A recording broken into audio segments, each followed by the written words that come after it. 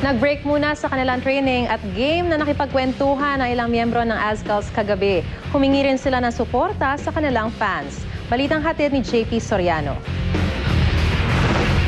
Excited na kwento ang Philippine Azkals sa kung paanong diretso practice agad sila. Isang araw lang pagkarating sa Sri Lanka. Pero time out muna sila para sa isang event sa Maynila at bigay na bigay sa pagpapapicture sa mga fans. Todo rin ang kwento nila sa huling laro nila kontra Sri Lanka.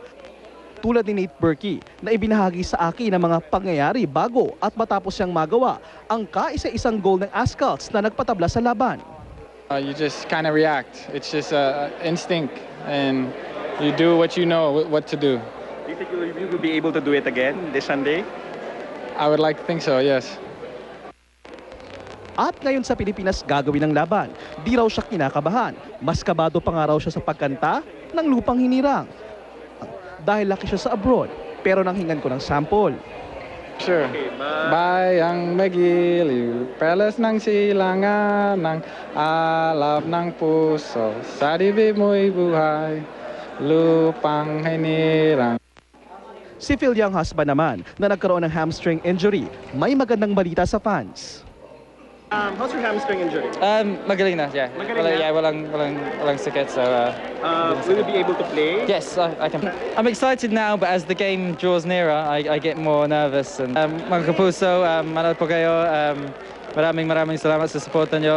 But rest assured that with the kind of pitch that we'll be playing, at least lalabas na yung laro talaga ng Azkals, which is possession football. Ang team captain na si Ali Borromeo, sinabing marami raw silang natutunan sa kanilang laban sa Sri Lanka, habang excited naman ang iba pang Azkals. You can expect a totally different match.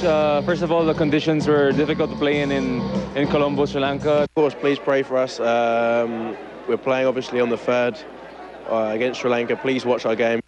Sa unang pagkakataon ay mapapanood sa isang opisyal na laban ng Azkals sa Metro Manila dahil sa Rizal Memorial Stadium gaganapin ang ikalawa nilang laban kontra Sri Lanka sa linggo.